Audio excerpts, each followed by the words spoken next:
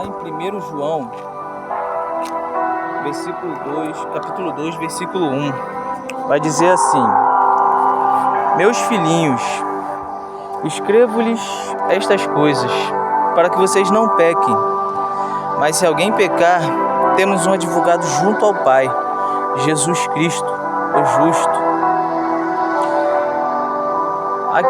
Aqui João, ele estava querendo dizer para que ficássemos vigilantes o tempo todo, para que não pudéssemos cair em tentação, para que não dessemos ouvido ao que o inimigo diz, para que não pudéssemos olhar para a vontade da carne, e sim para a vontade do Espírito. Mas que se alguém caísse em tentação, que se alguém pecasse, esse alguém tem um Pai nos céus que roga por ele 24 horas, que intercede por ele 24 horas, que o ama e que o quer bem. Então João aqui, ele quer dizer que todos nós estamos propícios a errar, estamos propícios a cair, estamos propícios a pecar, mas temos um Pai nos céus que roga por nós, que intercede por nós. Continuando lá em 1 João,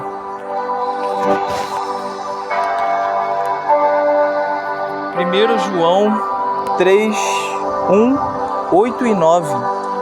1 João 3, 1, 8 e 9. Vejam que grande amor o Pai nos tem concedido, a ponto de sermos chamados filhos de Deus. E de fato, somos filhos de Deus. Por essa razão, o mundo não nos conhece, porque não o conheceu. Eu vou ler novamente, porque esse versículo ele é um pouquinho forte, né? Quem está ligado com o Pai consegue sentir o peso desse versículo. Vejam que grande amor o Pai nos tem concedido, a ponto de sermos chamados filhos de Deus. E de fato, somos filhos de Deus. Por essa razão, o mundo não nos conhece, porque não o conheceu. Quando Deus entregou seu Filho naquela cruz, Ele estava entregando o único Filho dele. Ele estava entregando o único Filho para que pudéssemos viver e viver em harmonia. Então, quando ele começa dizendo, vejam quão grande é o amor o Pai nos tem concedido. O amor dele já começou desde o haja, desde quando ele começou a criar o mundo. Desde quando ele começou a criar todas as coisas, o amor do Pai já estava enorme. Então, ele continua dizendo, a ponto de sermos chamados filhos de Deus. Você consegue imaginar o tamanho do privilégio de que é ser chamado de filho? Ainda mais de Deus. Você consegue imaginar o tamanho da glória de Deus? Você consegue imaginar o tamanho do poder de Deus? Você consegue imaginar a tamanha beleza de Deus? Então, nós temos essa oportunidade de chamarmos Ele de Pai. E Ele nos dá a oportunidade de sermos chamados de filho. Mesmo nós sendo pecadores, mesmo a gente sendo falho, mesmo a gente sendo corrompido desde o dia do nosso nascimento, nós temos a oportunidade de sermos chamados filhos de Deus. E ele continua dizendo, por essa razão o mundo não nos conhece, porque não o conheceu. A palavra de Deus diz que aquele que não conhece ao Pai não tem parte com Ele nos céus. Então, quem não conhece Deus aqui na terra, quem não se rende a Deus aqui na terra, Quem não reconhece Ele como seu único e suficiente Salvador aqui na terra, não tem parte com Ele nos céus. É por isso que a palavra de Deus diz: por essa razão o mundo não nos conhece, porque não o conheceu. Por que não o conheceu? Porque não se rendeu. Porque deixou o pecado falar mais alto que a vontade do Espírito. Porque deixou a vontade da carne ser maior do que a vontade de Deus. Sabemos que o mundo hoje em dia é corrompido. Sabemos que o mundo, desde que é mundo, ele é corrompido. O mundo é gerado no pecado, falhas, erros, transgressões. Se a gente não ficar vigilante 24 horas, a gente cai, a gente peca. E a gente entristece o coração do nosso Pai. Nós somos falhos, pecadores e perversos. Mas é o amor do Pai, o amor do nosso Pai que nos limpa, nos purifica, nos dá a oportunidade de ter um novo recomeço, nos dá a oportunidade de nos arrependermos e sermos purificados pelo sangue de Jesus. É por isso que eu falei que esse versículo é um pouquinho forte. Ele é o forte do começo ao fim, porque ele começa dizendo que grande é o amor do nosso Pai que está nos céus. E ele continua dizendo lá no final: por essa razão o mundo não nos conhece, porque não o conheceu. Quando ele diz não o conheceu, não quer dizer não o conheceu a nós, mas não o conheceu o Pai, a Deus, a Jesus, aquele que entregou a sua vida por todos nós, aquele que disse naquela cruz, quando deu o seu último suspiro: está consumado. Todo pecado está consumado, toda falha está consumada, toda transgressão está consumada, todo desejo carnal está consumado.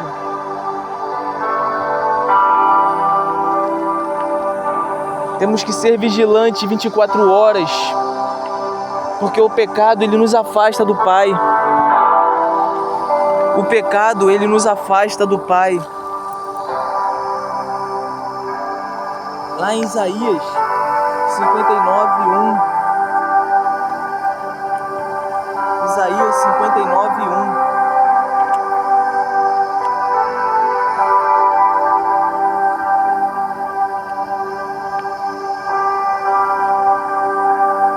Isaías 59:1 diz assim: eis que a mão do Senhor não está encolhida para que não possa salvar, e o seu ouvido não está surdo para não poder ouvir, mas as iniquidades de vocês fazem separação entre vocês e o seu Deus, e os pecados que vocês cometem o levam a esconder o seu rosto de vocês, para não ouvir os seus pedidos.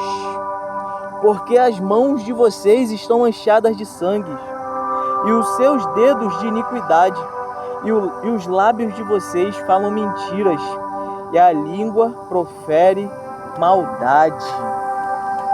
Eu li até o versículo 3. Então, Deus, Ele olha pra gente e não faz separação de pessoas. Ele não faz separação de pessoas. Ele vê todos igualmente. Porém, quando alguém peca, esse alguém traz o distanciamento do pai para com o filho e do filho para com o pai. É como se o pai chegasse para o filho e dissesse: filho, não faz isso que você vai cair, vai se machucar, filho. E o filho, sendo malcrioso, ele não dá ouvidos àquilo ao que o pai diz. E ele acaba caindo e se machucando. E aí o pai fala: eu não te avisei, filho, que você iria se machucar? E aí coloca ele de castigo. e colocando ele de castigo, ele fica num canto e o pai fica no outro. Jesus! O filho fica num canto e o pai fica no outro. Com isso eu quero dizer a vocês que quando nós pecamos, nós estamos nos afastando a cada dia mais de Deus. Estamos indo para o lado e Deus no outro lado. Porque o pecado ele faz isso. O pecado ele nos distancia de Deus. O pecado ele nos arrasta para o abismo. O pecado ele nos traz condenação.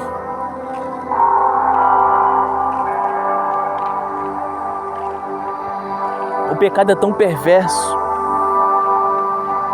O pecado é tão perverso que a palavra de Deus diz: se teu olho te faz pecar, arranca.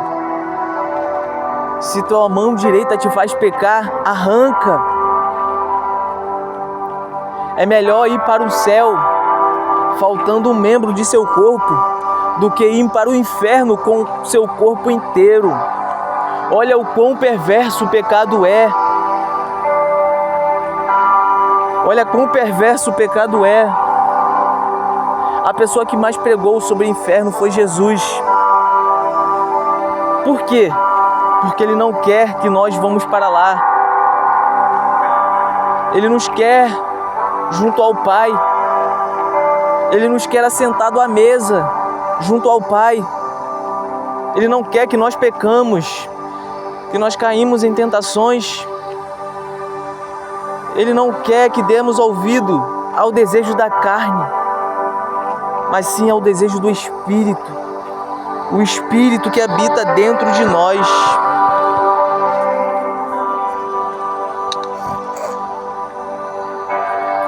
Em 1 João, continuando no capítulo 3, versículo 8, diz assim: aquele que pratica o pecado procede do diabo, porque o diabo vive pecando desde o princípio. Para isto se manifestou o Filho de Deus, para destruir as obras do diabo. Versículo 9: todo aquele que é nascido de Deus não vive na prática do pecado, porque nele permanece a semente divina. Esse não pode viver pecando, porque é nascido de Deus. Esse não pode viver pecando, porque é nascido de Deus. Lá no começo do versículo 8, ele começa dizendo que quem pratica o pecado é filho do diabo. Ele não está mentindo. Ele não está mentindo. Quem pratica o pecado é filho do diabo. Porque o diabo vem pecando desde o início. Desde o início. Pois vocês se lembram quando o diabo queria tomar o lugar de Deus, queria ser semelhante a Deus, queria ser maior do que Deus. E ele, colocando esse desejo em seu coração de ser maior do que Deus, ele levou consigo uma terça parte dos anjos, uma terça parte dos céus. É por isso que Jesus foi o maior pregador sobre o inferno. Porque ele não quer deixar o diabo nos levar com ele também.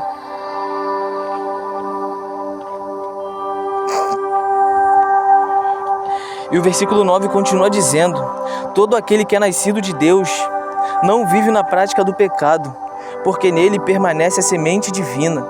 Esse não pode viver pecando, porque é nascido de Deus. Porque é nascido de Deus. Quando passamos pelas águas, temos uma nova transformação. Fazemos uma nova aliança com Deus. Nos tornamos verdadeiramente filho de Deus, porque nos entregamos verdadeiramente a Deus. Reconhecemos que somos falhos e pecadores. Quando passamos pelas águas, nós reconhecemos que Deus, Ele é o nosso único e suficiente Salvador. Ele é poderoso para nos salvar e nos libertar da mão do inimigo. Paz. E nele não há maldade. Nele não há pecado algum. Porque Ele é aquele que entregou a sua vida por todos nós e nos libertou de todo o mal. Ele nos deu a oportunidade de vivermos uma vida em comunhão com os nossos irmãos. Nos deu a oportunidade de ter uma nova chance. Por isso que Ele diz que todo aquele que é nascido de Deus não vive na prática do pecado.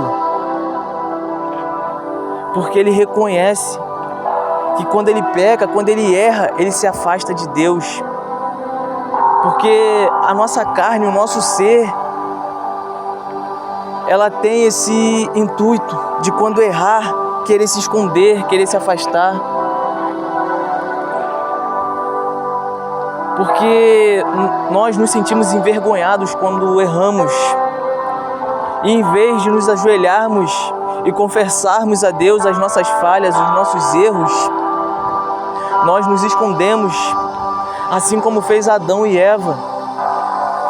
Quando Deus chamou a ele e perguntou: Adão, onde você está? Ele se escondeu com medo. Ele se escondeu com medo, porque ele sabia o tamanho do pecado que ele havia cometido. Ele sabia o tamanho do erro que ele havia cometido.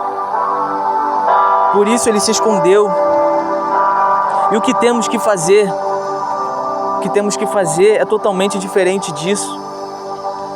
Se alguém pecar, confesse o seu pecado diante de Deus.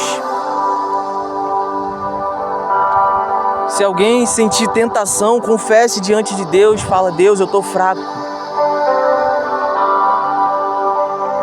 Porque a nossa fraqueza é da carne, mas a nossa força vem do Espírito. E esse Espírito é o Espírito que vem de Deus.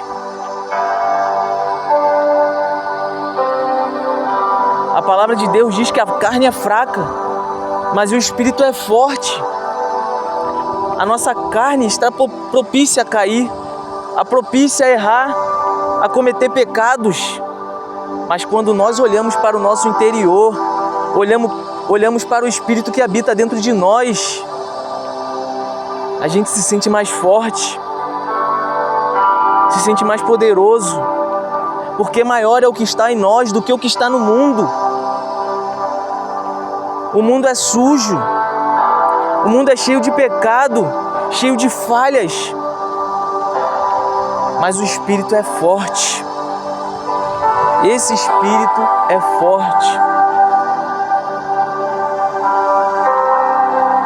Por isso eu digo que quando pecamos, nos afastamos de Deus. Quando pecamos, sentimos vergonha, sentimos medo.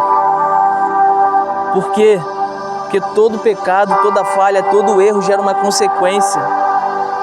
Se você pecou, Deus ele vai te punir. Assim como ele fez com Davi, assim como ele fez com Sansão, assim como ele fez com Adão e com tantos outros que contém no livro de Deus. Portanto, temos que ser fortes. Temos que ser fortes. Negar o desejo da carne e sentir mais sede, mais fome da presença de Deus. Que só assim conseguimos vencer o pecado.